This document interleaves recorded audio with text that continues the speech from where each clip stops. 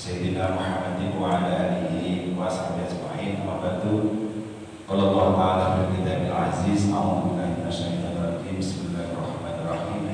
Ud'u ila sabili rabbika bil hikmah wal mau'izatil hasanah wajadilhum billati hiya ahsan.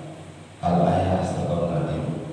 Alhamdulillah, puji syukur kita panjatkan kepada Allah Subhanahu wa taala atas segala nikmat yang Allah berikan kepada kita sekalian, sehingga pada pagi hari ini kita bisa melanjutkan kuliah subuh untuk kuliah 70 menit. Nah, kebanyakan 70 menit. Nanti bisa sampai jam 7 menit. Semoga Allah senantiasa memberikan keberkahan kepada kita, memberikan kenikmatan dan memberikan kualitas pahala puasa ini semakin hari semakin meningkat. Salawat dan salam adalah kita haturkan kepada baginda Rasulullah Muhammad SAW, kepada keluarga, kepada para sahabat dan seluruh kaum muslimin yang senantiasa istiqomah untuk menegakkan risalah Islam hingga akhir zaman. Alhamdulillah, puji syukur pada pagi hari ini tema yang diberikan oleh panitia adalah bijak berkomunikasi saat berpuasa.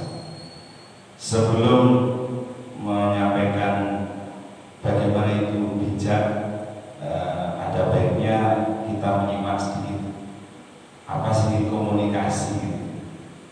Komunikasi itu ya, karena ada kata-kata muni.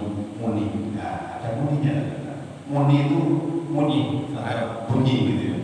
Bunyi berarti berbunyi. Kalau orang Jawa bilang muni itu ya berbicara, ngomong. Di dalam komunikasi itu ada proses penyampaian pesan. Proses penyampaian pesan, jadi kita menyampaikan seperti itu, menyampaikan pesan. Ada informasinya, ada datanya, ada keterangannya. Mungkin sumber informasinya bisa Al-Quran, bisa As-Sunnah, bisa pendapat pakar, termasuk apa yang disampaikan oleh para ustadz, para kiai, para ulama, para guru yang tiap kultum subuh. Itu sebenarnya sudah proses komunikasi dari seorang komunikator atau penyampai pesan kepada komunikan. Nah, jamaah ini komunikan atau sering disebut audien atau disebut oleh khalayak. Jadi komunikasi itu pengaruhnya ada 3. Bapak ibu sekalian, para alim, para ulama, 3 itu kalau untuk para pakar, yang pertama efeknya itu efek kognitif, yaitu efeknya pengetahuan. Jadi kalau kita berkomunikasi kepada orang lain, itu efek yang pertama itu adalah kognitif, pengetahuan. Dari yang tidak tahu menjadi tahu, itu namanya kognitif. Jadi kalau ini saya sampaikan pagi hari ini, saya sampaikan nanti sore, itu bukannya buka bersama. Nah, itu berarti orang yang saya beritahu dapat pengetahuan atau mengetahui bahwa nanti sore ada buka bersama di Masjid Baitur Rahmah. Menunya apa? Ada kolak, ada buah durian. Kemarin sampainya jagus, karena saya buah-buahan, saya ganti menunya nanti sore. Nah, itu ada mungkin nasi goreng, terus kemudian ada mie goreng, terus kemudian ada gorengan, terus kemudian ada tempatnya goreng-goreng. Nah, itu menu nanti sore. Nah, berarti pertama saya informasi ini pasti orang mengetahui, oh ini toh yang diberitahu oleh Pak Kun ini nanti sore jangan lupa, sepertinya ada banyak menu. Tapi kemarin sudah disampaikan jangan berlebih-lebihan. Nah, itu informasi pertama adalah pengetahuan.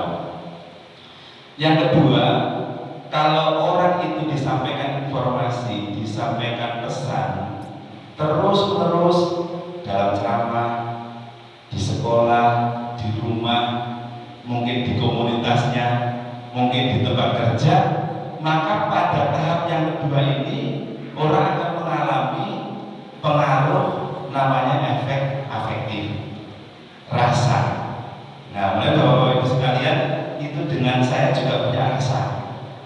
Jadi rasa itu diperoleh dari pengetahuan. Jadi kalau kita ini sering mendapatkan pengetahuan yang negatif, itu lama-lama rasanya di dalam hati itu akan negatif. Dan mulanya betapa pentingnya berpikir positif karena rasa itu. Wah, bolak-balik kok dikandani bahaya ini kalau mangan manis-manis. Soalnya itu penyakitan. Nah, kemudian disampaikan penyakitan, macam-macam persepsinya.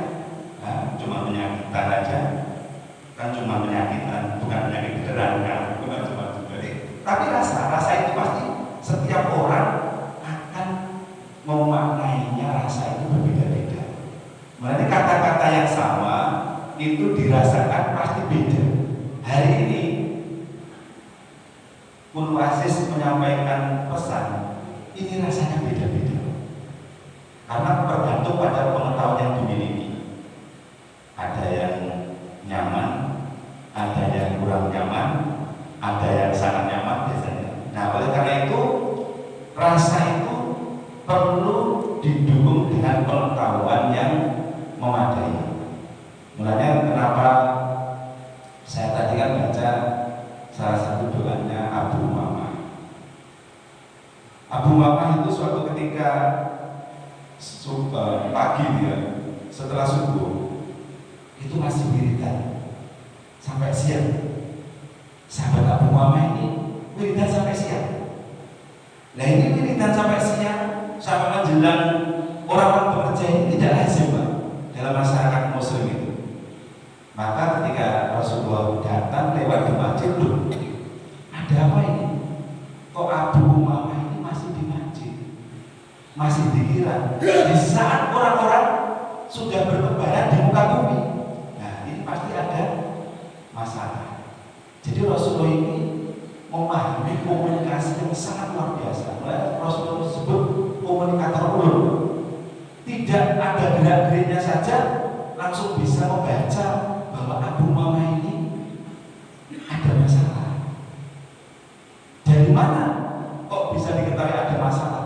Karena biasanya umat Islam itu habis subuh itu bertebaran di muka bumi, kok ini masih dirikan. Maka dipanggil, wahai Abu Umamah, kenapa di saat orang-orang sudah bertebaran kau masih di sini? Nah ternyata betul Pak.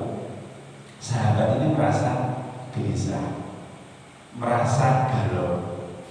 Orang-anak sekarang Gen Z itu gegana, ya kan, gelisah dan merana. Nah, itu rono bingung. Rono itu bingung. Nanti nggak tahu ujungnya. Nah itu sahabat Abu Umamah mengalami itu. Ada apa? Saya gelisah ya Rasulullah, khawatir. Yang kedua, saya ini sedang dililit utang. Mohon maaf, ini kisah Rasul. Jadi yang tidak ada masalah utang itu tidak hanya panjenengan. Sahabat juga pernah mengalami masalah utang ini. Maka Rasulullah menyampaikan pesan, wahai Abu Umamah, engkau istiqomah dengan apa yang engkau kerjakan. Maksudnya pekerjaannya itu. Mau nggak engkau beri amalan? Engkau melakukan pagi dan petang, insya Allah itu akan menyelesaikan masalah.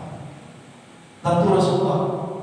Nah itu tadi yang saya baca doanya itu, Allahumma inni a'udzubika minal hammi wal hazan, wa a'udzubika minal 'ajzi wal kasal, wa a'udzubika minal jubni wal bukhl, wa a'udzubika min ghalabatil daini wa qahri rijal. Ya Allah, jauhkanlah aku dari kekhawatiran dan kegelisahan. Itu doanya Abu Umamah yang diajarkan oleh Rasul. Jadi kita ini semuanya punya rasa gelisah, rasa khawatir, rasa cemas, gitu ya, rasa senang, rasa duka, rasa rindu, rasa asam, rasa manis, rasa kolot dan sebagainya itu termasuk, gitu ya. Coba kalau misalnya pemanisan itu terungkapkan, manis ini, yo, ini mau enak. Nah, itu sebenarnya ungkapan rasa, campur aduk. Dan setiap orang ketika berkomunikasi ini tadi, itu pasti akan mengalami rasa yang kedua, yaitu namanya rasa beragam. Ya, tapi tadi Abu Umamah merasa khawatir, cemas, dan yang kedua dia sedang dililit hutang. Diamalkan terus istiqomah apa yang yang pesan komunikasi yang disampaikan Rasulullah itu istiqomah dia.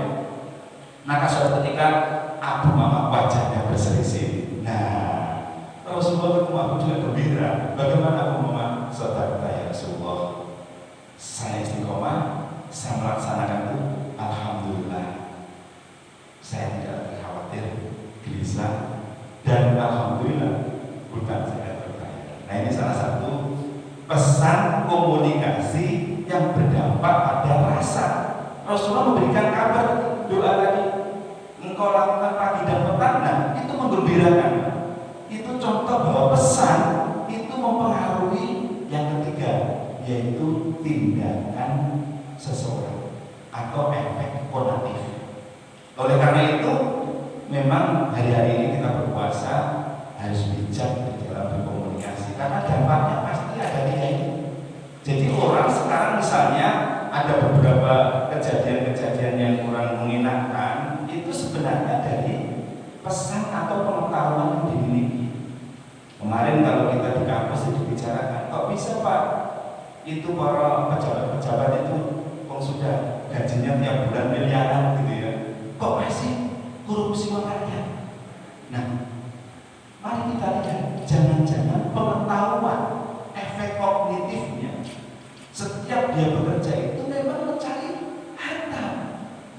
Dan itulah yang dikabarkan Rasulullah, bahwa suatu ketika umat Islam itu akan mengalami satu kondisi yang diperebutkan oleh banyak orang, diambil seperti makanan yang diperebutkan, karena umat Islam itu menjadi umat yang tidak kuat, diombang-ambing seperti buih di lautan. Itu digambarkan, ditafsirkan Rasulullah, dan juga diberikan informasi, dikomunikasikan oleh Rasulullah kepada sahabat. Kenapa ya Rasulullah? Apakah saat itu nanti umatku ini, umat kita itu jumlahnya sedikit? Oh tidak, besar.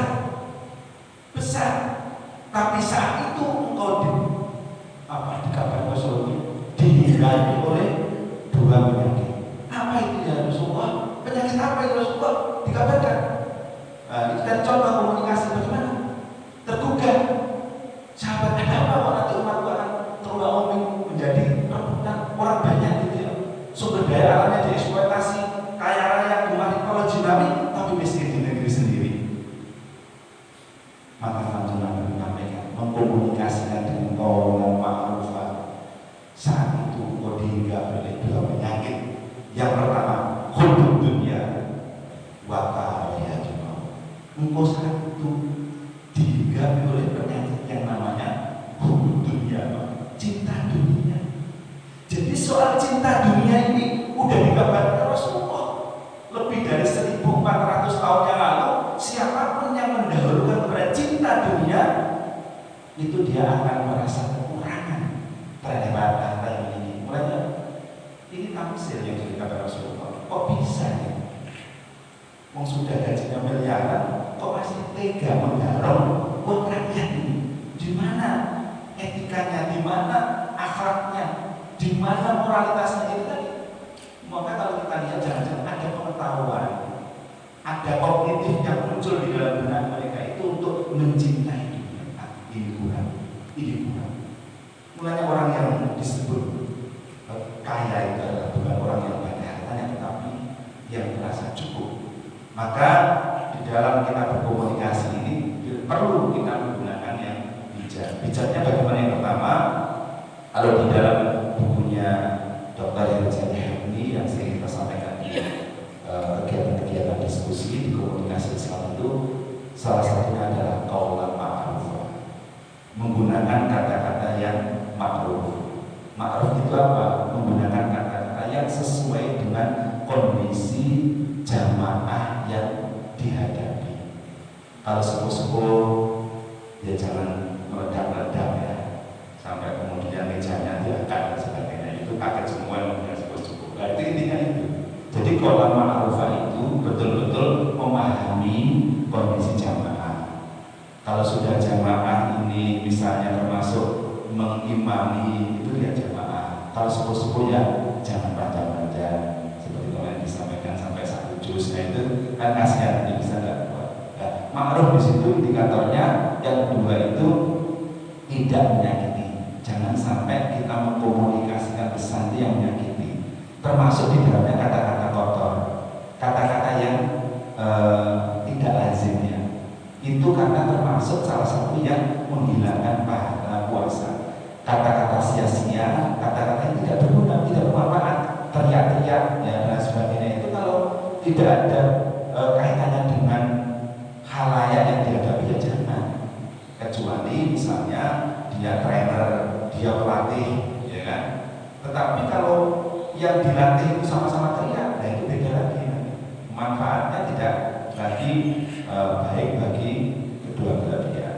Jadi jangan sampai menyakiti. Jadi seorang komunikator, seorang yang menyampaikan pesan itu betul-betul menggunakan atau memilih kata-kata yang baik gitu ya. Ya, kata yang baik tentu kata-kata yang sudah umum dipahami masyarakat. Termasuk di dalamnya adalah menggunakan bahasa yang bisa diterima oleh khalayaknya atau pendengar. Ya itu yang saya kira penting. Jadi bijak di sini ya kalau menurut kemarin yang Fatwa MUI tahun 2017 ya kata-kata bijak itu jangan menggunakan kata-kata yang mengandung fitnah. Ya kan, kata-kata yang tidak sesuai dengan fakta diolah sedemikian rupa seakan-akan benar padahal tidak benar. Yang kedua tidak boleh sifatnya namimah, adu domba. Jangan ini begini, ini begitu kemudian dibentur-benturkan. Oh, Bapak itu seperti ini. Kok sampai begitu? Bagaimana ini? Nah itu kalau tujuannya membentur-benturkan, mengadu domba, itu termasuk yang tidak bijak. Bahkan itu bisa menghilangkan pahala puasa. Karena sifatnya adu domba itu bisa memecah belah, bisa merendahkan ukhuwah, bisa memutus silaturahmi. Wah itu berbahaya teman-teman. Nah nanti bisa kalau marah itu bisa marah. Kalau orang kemudian dipecah belah itu bisa marah. Bisa-bisa nanti kalau sahur itu bisa atau buka itu bisa DPR. Bisa itu karena marah gitu ya. Bukan tadi. Nah itu bisa emosi gitu. Nah yang ketiga jangan sampai nanti itu ghibah. Ya kemarin itu ghibah. Jadi tujuannya kata-kata itu untuk menyudutkan, untuk mengonceki sesuatu yang sifatnya buruk ya, atau yang tidak disukai oleh orang itu omongan sama-sama itu. Maka Rasulullah menyampaikan pesan komunikasi yang baik. Berkatalah kulhak awalnya semua. Berkatalah engkau setiap saat itu yang benar, yang baik. Kalau tidak bisa, diam saja. Mulanya ada kata-kata bijak juga, diam itu emas. Karena kalau tidak penting, ya memang tidak perlu disampaikan. Barangkali nanti kalau termasuk menyinggung, seperti sekarang ini menyampaikan ada yang mungkin kita ini muda, kemudian di situ ada orang tua yang mungkin melakukan kesalahan, langsung dibunting-bunting di hadapan orang banyak. Kalau menurut Imam Syafi'i itu nggak bijak, nggak etis, nggak berakhlak, tapi tindakan empat mata ngobrol langsung tidak ada orang ngomong. Nah itu kemudian lebih arif, lebih bijak, sehingga dia tidak merasa disudutkan, tidak merasa dibully. Sekarang itu dia dapat orang banyak, diolok-olok dan sebagainya. Itu jangan sampai seperti itu, karena itu bisa jadi nanti akan membuat amarah warga masyarakat yang lain, sehingga kalau di hadapan orang banyak kemudian sampai diolok-olok, dibully, disudutkan.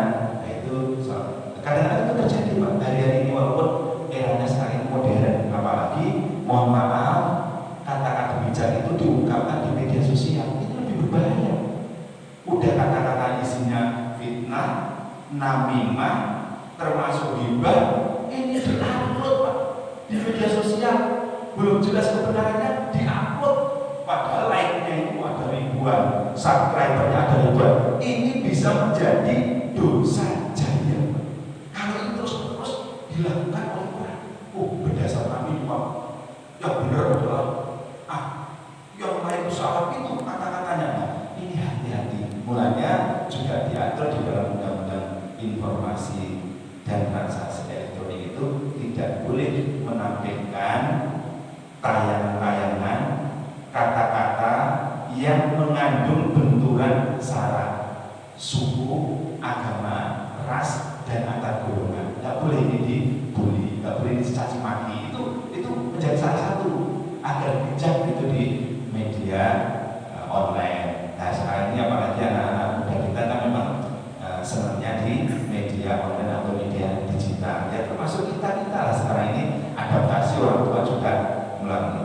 Insya Allah itu yang bisa saya sampaikan pada kesempatan kultum pagi hari ini, semoga ini memberikan satu semangat, satu motivasi bagi kita untuk selalu ud'u ila sabili rabbika bil hikmah wal mau'izatil hasanah wajadilhum billati hiya ahsan. Ihdinas siratal mustaqim. Kurang lebihnya mohon maaf, ada kebenaran semata mata datang dari Allah, jika ada kekeliruan dari pribadi saya sendiri. Wallahu muwaffiq ila aqwamit thoriq. Assalamualaikum warahmatullahi wabarakatuh.